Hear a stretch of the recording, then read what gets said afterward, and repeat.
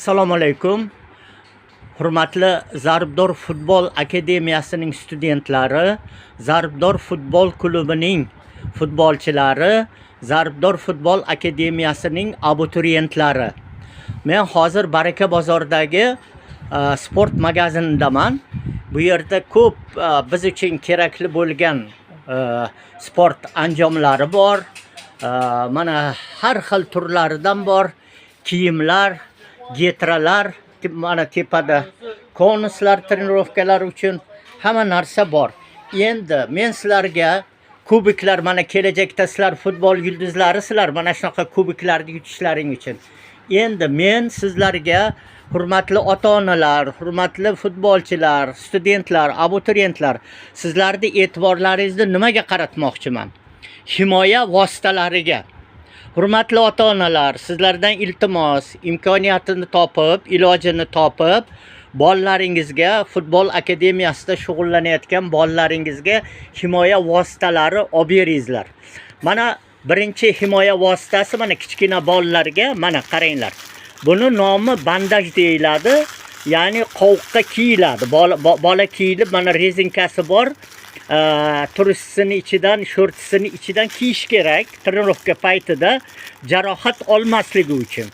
Mana bu 30 ming so'm. Mana plastmassadan, qattiq plastmassadan bolani quvug'iga to'p teksa yoki ehtiyotsizlik qilib o'yin qizg'in paytida boshqa futbolchi to'satdan tepib qo'ysa, bola himoyalangan bo'ladi. Endi mana bu 40 ming so'm. Mana bu kattaroq, katta yoshli bolalarga, ismi buni bandaj. Mana rezinkasi bor. Rezinkasi shu quvuqqa kiyiladi-da. Quvuqqa kiyilib, mana bu himoya qiladi. Mana ko'ryapsizlarmi? Mana nima deydi? Kosa shaklida, mana kosa shaklida ichkaridan kiyiladi. Albatta, mana trenirovka paytlarida, musobaqa paytlarida, o'yin paytlarida bolalar himoyalangan bo'lishi kerak. Mana bu yana bir boshqa turi. Bu 40 ming so'm ekan. Mana Hojibovoni magazinidamiz. Mana 40 ming so'm ekan. Mana bu boshqa xili.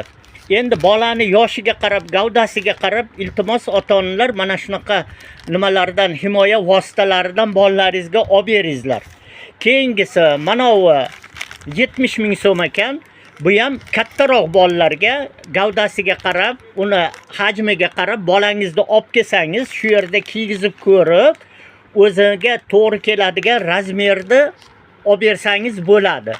Lekin albatta shu himoya vositalari kerak. Bu hozir upakovkada, ya'ni masalan buni ochib ko'rsatayotganim yo'q, tasavvur qildilaringiz. Tasavvur qilishni men ko'rsatyapman. Mana qarang, endi mana bunisi katta yoshli, masalan deylik 14, 15, 17 yoshli bolalarga, futbolchi bolalarimizga, bo'lajak futbol yulduzlarimizga bandaj, ya'ni himoya vositasi, quvug'ni himoya qiladi. Albatta bolalar quvug'ini himoya qilish kerak. O'yinda haligi kutilmagan holatlar bo'lishi mumkin, ehtiyot choralari ko'rilishi kerak. Bundan tashqari ota-onalardan iltimos, katta iltimos, mana bunga o'xshagan bolani, mana qaranglar, himoya vositasi bu oyog'ini to'pig'idan mana tizzasigacha bo'lish kerak. Buni ichida machalka bor. Yana boshqa variantlarini izlab ko'ringizlar boshqa magazinlarda. Hozir bu yerda faqat shu qolgan ekan, sotilib bo'lgan ekan. Qarang, shuni bola to'pig'idan, mana oyog'ini to'pig'idan boshlab tizzasigacha kiyish kerak. Chunki oyog'iga to'satdan tepsa yoki to'p qattiq zarba bilan tegsa, bolani oyog'i himoyalanadi. Ya'ni qo'rqmasdan o'ynaydi, o'zini ehtiyot qiladi. Bundan tashqari mana bu shit, oyoqqa kiyiladigan shitlarni to'lig'ini qidirib topingizlar boshqa magazinlarda, agar bu ma'qul kelmasa. Buni ichida masalan plastmassaligi bo'ladi. Plastmassadan keyin machalkaligi bo'ladi. Getrini tagidan kiyishadi. Buni mana shunaqa himoya vositasini nimani futbolchi bolalarimiz getrini tagidan kiyishadi. Tushunlaringizmi? Shuning uchun bu juda ham muhim. Ota-onalardan iltimos, mana shu birinchi navbatda bolalaringizni travmadan, ya'ni jarohat olishdan saqlash uchun mana shu himoya vositalarini olib beringizlar. Sizlarga katta rahmat. Bolalaringizga chiroyli kiyimlar olib beryapsizlar, butsilar olib beryapsizlar. Mana bundan tashqari bu yerda mana qaranglar, xilma-xil to'plar ham bor. İmkoniyatlaringiz bo'lsa, sharoitlaringiz bo'lsa, buni qaranglar. Go'zal to'plar bor. Mana shu to'plardan ham bittadan bolalaringizga sovg'a qilsangiz, bolangiz uyida o'zi mustaqil trenirovkalar qilishda to'p yordam beradi. Mana bu yerda xilma-xil to'plar turlari bor. Butsilarning xilma-xillari bor. Mana ko'rdilaringizmi, sport magazinda hamma kerakli narsalar bor. Buni ustiga mana skakalkalar bor. Umuman sport uchun kerakli bo'lgan hamma narsalar bor. Keyin qaranglar, mana kichkina to'pchalar bor. Mana o to'pchalar ham bizni trenirovkalarimizga juda ham zarur. Masalan deylik, mana shu bitta komplektni bolangizga olib bersangiz, bu trenirovka qilish uchun hozir buni nima qanday qilib trenirovka qilinadi, uni men keyin trenirovka jarayonida tushuntiraman.